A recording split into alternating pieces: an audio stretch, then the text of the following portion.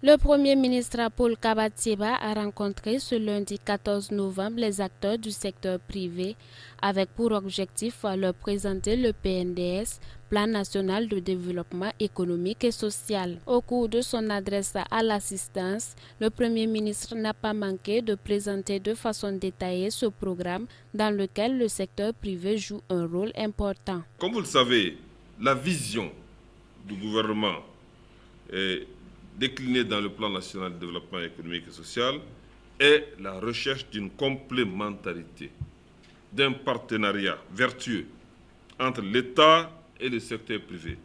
Oui, c'est fini le temps où on pensait que c'est l'État qui fait l'économie. La vision du gouvernement, la conviction de mon gouvernement, c'est que l'État a pour rôle d'assumer ses fonctions régaliennes, la justice, les infrastructures, l'environnement des affaires. Et il revient au secteur privé de créer la richesse, de créer les emplois. Le PNDS sera mis en œuvre à travers des projets structurants. Nous avons une matrice de projets structurants qui ont été élaborés au regard donc de leur impact sur les facteurs de production, de leur impact donc sur le développement donc du Burkina Faso. Les décideurs du secteur privé présents au Burkina Faso pensent pouvoir apporter leur pierre à l'édifice de réalisation du PNDS. C'est une très belle initiative donc, qui mérite d'être encouragée. Et parlant de cela, vous me demandez est-ce que nous sommes prêts à apporter. Alors moi je suis donc d'une compagnie d'assurance. Et ce que nous pouvons apporter, c'est la mobilisation de l'épargne, parce que nous sommes investisseurs institutionnels et donc nous collectons donc, des ressources que nous pouvons mettre à la disposition de l'État pour travailler. Voilà. Donc il y a déjà cet apport qui est là. Mais en tant qu'assureur également, tous les investissements qui sont envisagés, nous pouvons apporter des couvertures d'assurance qui peuvent sécuriser justement ces investissements. Ainsi, la stratégie de financement retenue repose sur une approche multipartenariale qui associe les secteurs publics, privés, nationaux et internationaux. En outre, notons que le PNDS est essentiellement orienté sur trois principaux axes, à savoir le renforcement des institutions et la modernisation de l'administration, le développement du capital humain, mais aussi la dynamisation des secteurs porteurs pour l'économie et l'emploi. Au terme de son adresse, Paul Kabatieba a sollicité la présence de ces acteurs du privé à la conférence des bailleurs de fonds prévue pour se tenir à Paris les 7 et 8 décembre prochains, mais également leur accompagnement à tous les niveaux pour la réalisation du PNDS.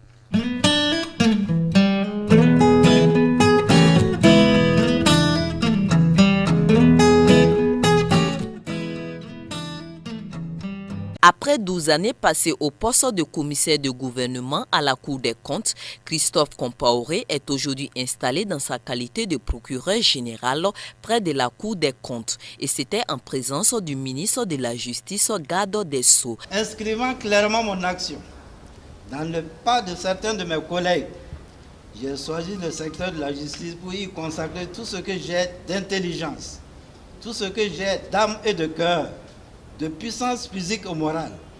Ce n'est pas à quelques pas de la retraite que je vais m'écarter de mon serment. 3 conseillers et un commissaire de gouvernement ont aussi été installés par la même occasion. Toutes ces chambres-là concourent justement au contrôle, à la régularité de l'utilisation des fonds publics et ces conseillers aident le président dans le jugement des comptes des comptables publics.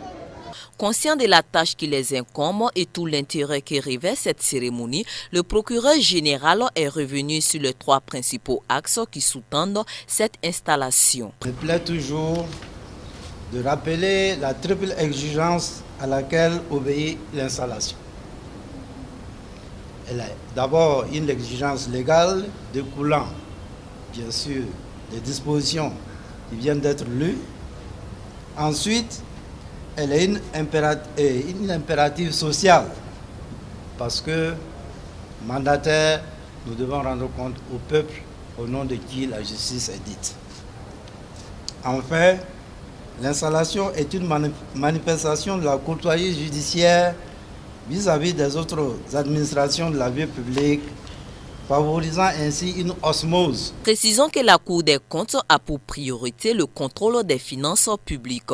Après plus d'une décennie de fonctionnement, le nouveau procureur près de la Cour des comptes et ses collaborateurs devront travailler à la transparence des recettes et des dépenses publiques.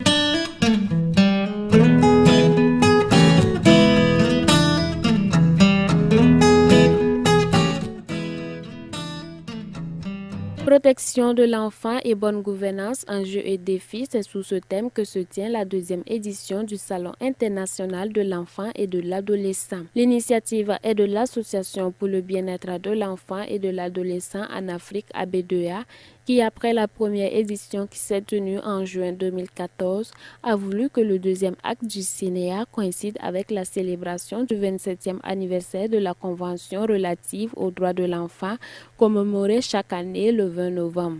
Pour cette édition, Sika Kaboré, première dame du Faso, met la main à la pâte comme patronne et se dit sensible à la cause des enfants. Je suis navrée d'apprendre que 86% des violences faites aux enfants se passent en famille. Et consciemment ou inconsciemment, parce que tous les parents ne savent pas que parfois ils violentent les enfants et c'est dommage. Et j'aimerais lancer un appel aux parents pour qu'ils se rapprochent des éducateurs pour savoir comment se comporter vis-à-vis des enfants, afin de mieux les comprendre. Il faut également que les parents, parce qu'au niveau de chaque école, je sais qu'il y a des associations de parents d'élèves, peut-être se retrouvent de temps en temps pour parler des enfants et des difficultés qu'ils ont et leur permettre donc de s'épanouir pleinement. Parce que comme vous le savez, la famille est le socle de la société. Il est très important que la cellule de base que représente la famille constitue un modèle pour les enfants, constitue vraiment la base de la société pour que notre pays même puisse s'engager dans un avenir harmonieux. La présidente de l'ABDEA, en la personne de Alice Diarra, pense que ce salon vient sonner de la cloche afin d'attirer l'attention des parents, des décideurs sur les conditions difficiles dans lesquelles vivent certains enfants. Nous avons pensé qu'il est très important de mettre l'accent sur la cellule familiale où vraiment tous les problèmes se posent à ce niveau. Un enfant dont les parents ont respecté les droits, en retour, l'enfant fera ses devoirs. L'enfant a droit à l'éducation. Un enfant qui est bien éduqué, en retour, il sait qu'il doit à ses parents, il doit respecter les adultes. Voilà. Donc je me dis que c'est parce que les parents ne respectent pas les droits des enfants que les enfants n'ont pas la chance de pouvoir faire leurs devoirs. Du 17 au 20 novembre, sur le site du Palais de la Culture Jean-Pierre Guingané, des panels, des conférences et plusieurs autres activités sont au menu en vue de donner plus de visibilité aux questions de droits et devoirs des enfants. Était présent à cette cérémonie la ministre en charge de la famille, l'épouse du Premier ministre Anne Thieba, présidente de la présente édition, mais également l'ambassadeur du Japon, parrain de l'acte 2 du CNEA. La famille, lieu de prédilection pour une bonne évolution de l'enfant pendant 4 jours, sera au cœur des échanges.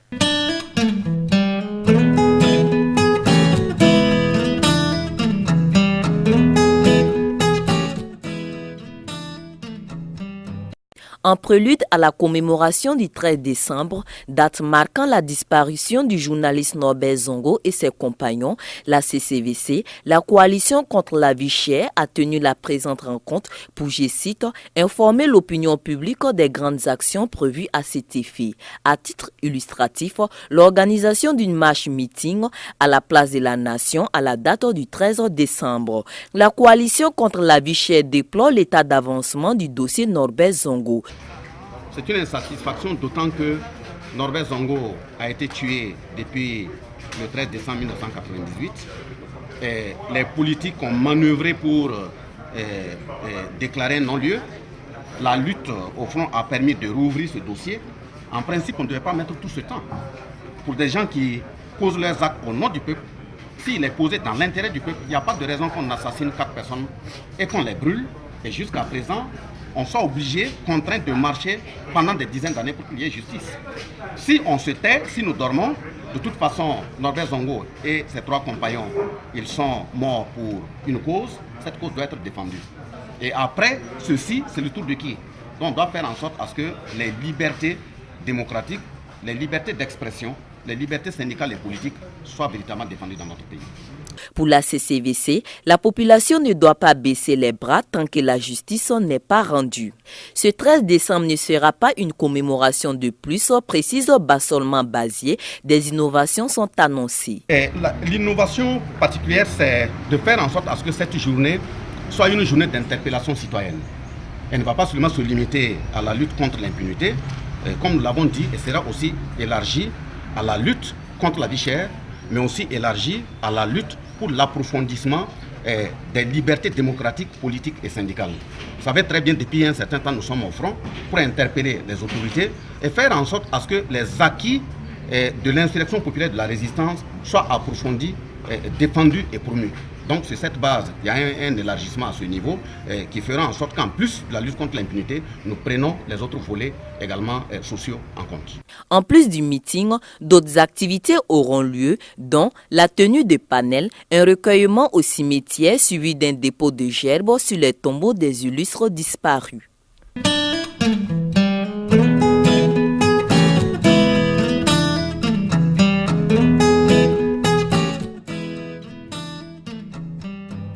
En prélude à la commémoration du 13 décembre, date marquant la disparition du journaliste Norbert Zongo et ses compagnons, la CCVC, la coalition contre la vie chère a tenu la présente rencontre pour, je cite, informer l'opinion publique des grandes actions prévues à cet effet.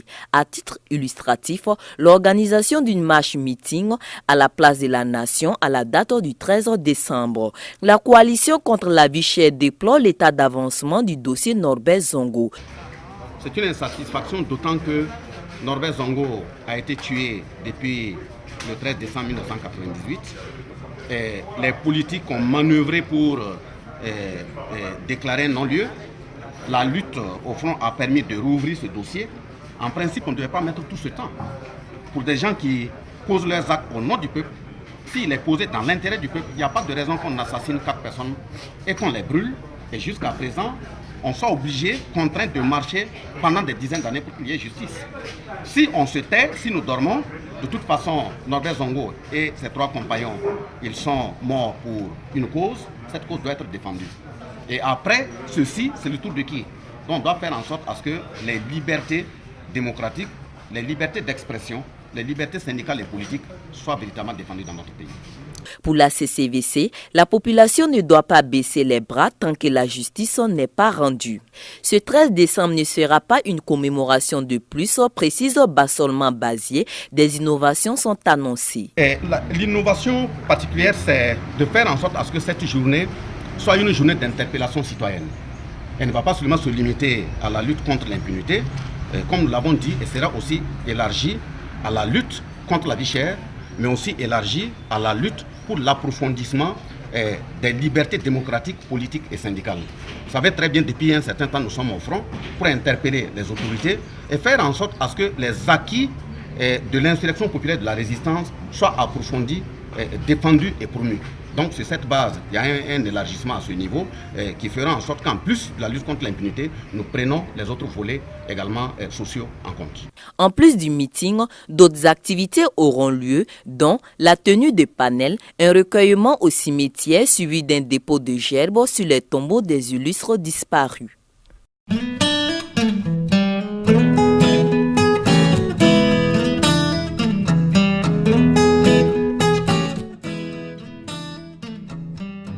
Nous, élus consulaires de la Chambre de commerce et d'industrie du Burkina Faso, issus du scrutin électoral du 13 novembre 2016, souciés de la nécessité de disposer d'une majorité consulaire confortable pour assurer une meilleure gouvernance de la Chambre de commerce et d'industrie du Burkina Faso, nous appuyons sur la plateforme de convergence d'action de l'Alliance pour le renouveau consulaire.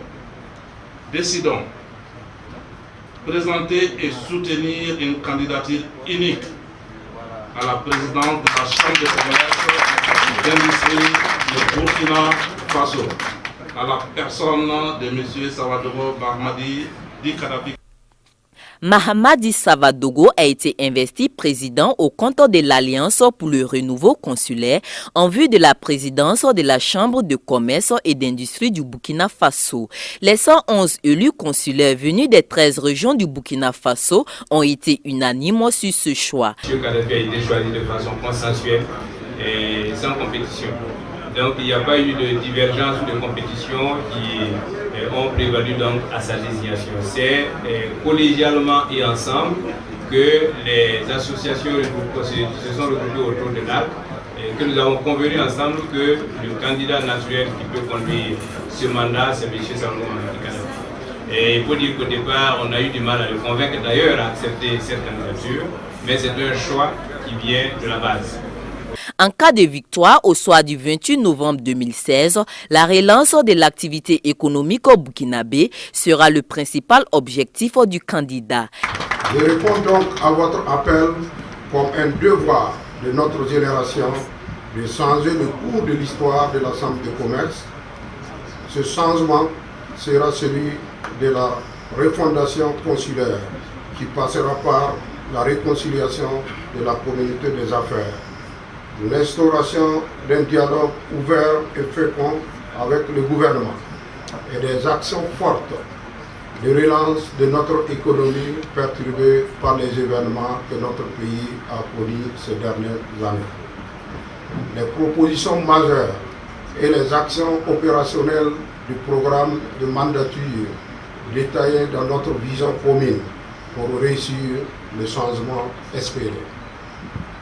Rassuré par votre investiture, je ne doute pas que vous allez tenir votre promesse en me confiant votre suffrage le jour des élections du président de la Chambre de commerce. En attendant ce jour, je vous demande de rester unis. Ne vous laissez pas perturber dans votre nation. Mesdames et messieurs, chers collègues, dans 5 ans, et avec la conjugaison de toutes les énergies positives, la Chambre de commerce va s'affirmer comme une puissance économique nationale au service d'un secteur privé prospère. Nous devons en être convaincus et d'être optimistes. L'optimisme voit l'opportunité même dans chaque difficulté. Mais le pessimisme voit la difficulté dans chaque opportunité. Cette conviction et cet optimisme doivent nous habiter chaque jour, car ce sont là les vertus cardinales du développement de nos affaires.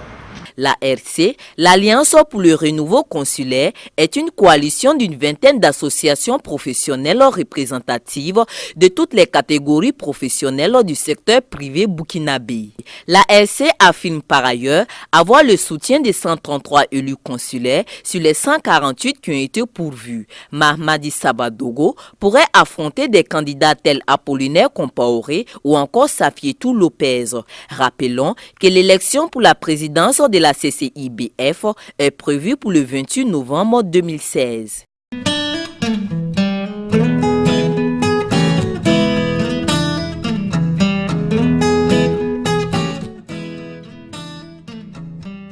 Le sommet global du leadership a ouvert ses portes ce vendredi 18 novembre dans la l'enceinte de la première église des Assemblées de Dieu de la Padoue.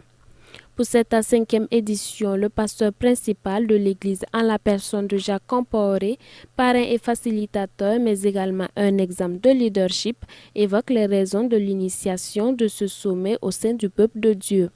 Selon lui, les hommes doivent reprendre leur domination qui a été volée par le diable depuis le jardin d'Éden.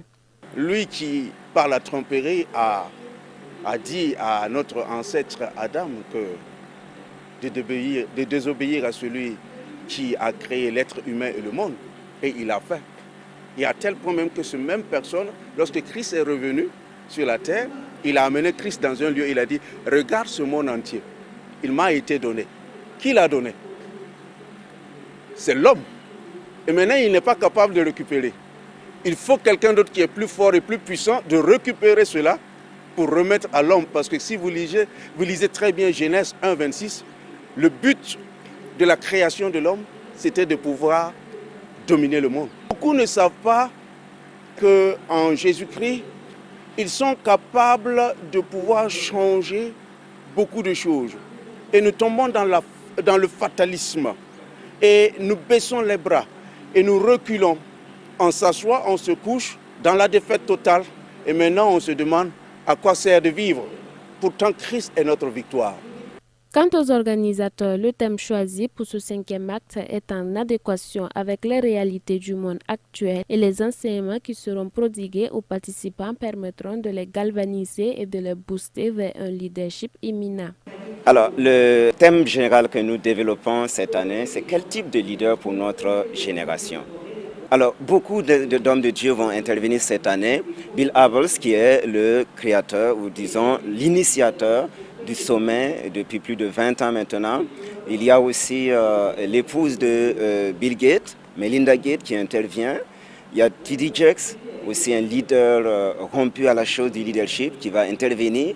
Donc tous ces gens vont vraiment intervenir. Wilfrid de Jésus, pour ne pas tous les citer, je ne peux pas les citer tous, mais tous ces gens vont intervenir et partager ce que Dieu leur a confié cette année pour le peuple de Dieu.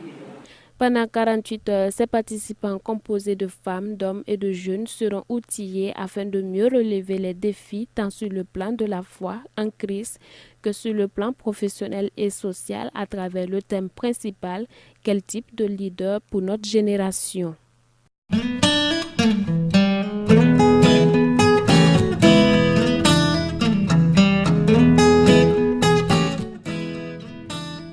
Le collectif pour un peuple uni, fidèle à ses engagements et à ses missions, s'est auto-saisi de l'affaire dite des tablettes à l'Assemblée nationale par le ministère du Développement de l'économie numérique et des postes sur contribution de la société Huawei Technologies Burkina SA, qui a soulevé une vague de réactions, voire des polémiques.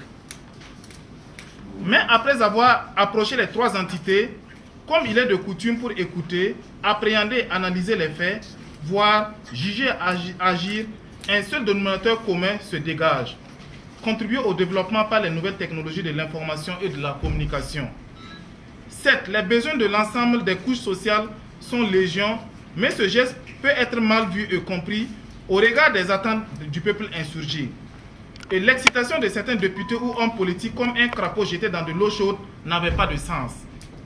Est-ce une insuffisance intellectuelle pour réfléchir, analyser et situer les faits dans leur contexte ou une volonté politique d'envenimer la situation, sachant bien que le peuple déjà debout face à ses aspirations et que les autorités peinent à satisfaire?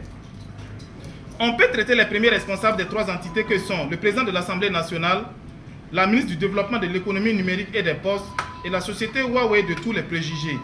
Mais dans ce cas précis, il n'y avait pas de raison car les doutes sur la corruption est infondé. Partant de ce fait, nous reconstituons les faits. C'est en février 2016 que Madame la ministre du Développement de l'économie numérique et des postes, lors d'une rencontre à Barcelone avec les grands acteurs des TIC, a soumis une doléance aux responsables de Huawei afin de doter notre Assemblée nationale d'outils de travail antiques. Après avoir donc étudié cette requête de Madame la ministre, que pouvait bien faire cette société si ce n'est un don de matériel où elles évoluent? La première volonté de la société n'était point des tablettes mais des ordinateurs portables. Cette structure, dans la diversification de ses activités, a introduit la fabrication des ordinateurs portables, mais ceci n'étant pas encore opérationnel. La seule option, c'est bien d'offrir le matériel dont la société dispose, qui est les tablettes qui sont profitables à cette institution dans l'immédiat que les autres produits dont elle dispose. De par ce fait, que peut-on réellement reprocher à Madame la ministre ou au président de l'Assemblée nationale ou à la société si ce n'est leur seule volonté d'adapter à l'Assemblée des nouvelles technologies? Pourquoi ne peut-on donc pas parler de corruption dans ce cas d'espèce? D'abord, le don a été fait sur la requête de Madame la ministre qui, à son tour, a transmis à une entité qu'est l'Assemblée, dont les membres peuvent en faire un noble usage dans l'exercice de leurs fonctions. Ce matériel demeurera la propriété désormais de l'Assemblée nationale burkinabé. Ce don ne peut aucunement être considéré comme une corruption par rapport au marché acquis, car l'obtention de ce marché sur appel d'offres date de 2014 avant l'insurrection. En d'autres termes, au temps de l'ancien régime, et tous peuvent le vérifier à travers la structure qui a piloté le dossier, notamment le PS2. Le PS2, c'est le programme sectoriel des transports, la deuxième phase. Le financement de ce marché a été assuré par la Banque mondiale, et tous reconnaissent la rigueur de ce bailleur de fonds en matière d'attribution de marché. En définitive, il faut que les uns et les autres arrêtent d'envenimer la situation ou de polluer l'environnement avec cette affaire et passer à d'autres priorités, car les attentes du peuple sont énormes. Que ces députés ou hommes politiques arrêtent d'instrumentaliser le peuple en majorité analphabète qui peut comprendre difficilement ce geste vu la réalité des choses. Si vraiment ils sont des élus du peuple et qu'ils ont la capacité à mobiliser des donateurs afin d'appuyer le gouvernement dans ses missions pour répondre aux aspirations du peuple, car c'est aussi leur devoir en tant qu'élus nationaux, au lieu de se terrer à l'hémicycle, ils doivent saisir des opportunités pour répondre favorablement à ce peuple. Comparaison n'est pas raison. Ce cas de don a été fait aux membres du gouvernement par une structure évoluant dans le même domaine que Huawei. Pourquoi il n'y a pas eu tant de criards pour ce cas? Aujourd'hui, nous sommes dans un monde comparable à une jungle. Et chaque coup est permis en vue de ternir l'image de son concurrent. Et nous n'allons pas rentrer dans ce jeu concurrentiel des autres sociétés avec Huawei, car ce qui nous concerne, c'est ce cas précis. Mais sachez qu'au-delà des dires, Huawei fait et continue de faire des prouesses dans ces mêmes pays suscités, voire d'autres horizons. Certaines sociétés évoluant dans le même domaine sont très mal en point dans l'exécution des marchés dont elles ont été attributaires, voire une image ternie dans la corruption dans d'autres pays. En conclusion, nous félicitons ces trois entités pour les efforts consentis, même si l'orientation n'était pas opportune par rapport à d'autres secteurs, et nous tenons à rappeler au peuple qu'il n'est point besoin de réfléchir pour analyser et situer un fait dans son contexte, même si on veut critiquer. La société Huawei, au-delà de la recherche de bénéfices, est une structure citoyenne car elle est côté social et communautaire, et on peut en citer quelques exemples de sociabilité comme le don de matériel lors de l'inondation du 1er septembre 2009, octroi des bourses aux étudiants burkinabés et ne point s'arrêter de si bon chemin. Un peuple uni n'est jamais vaincu.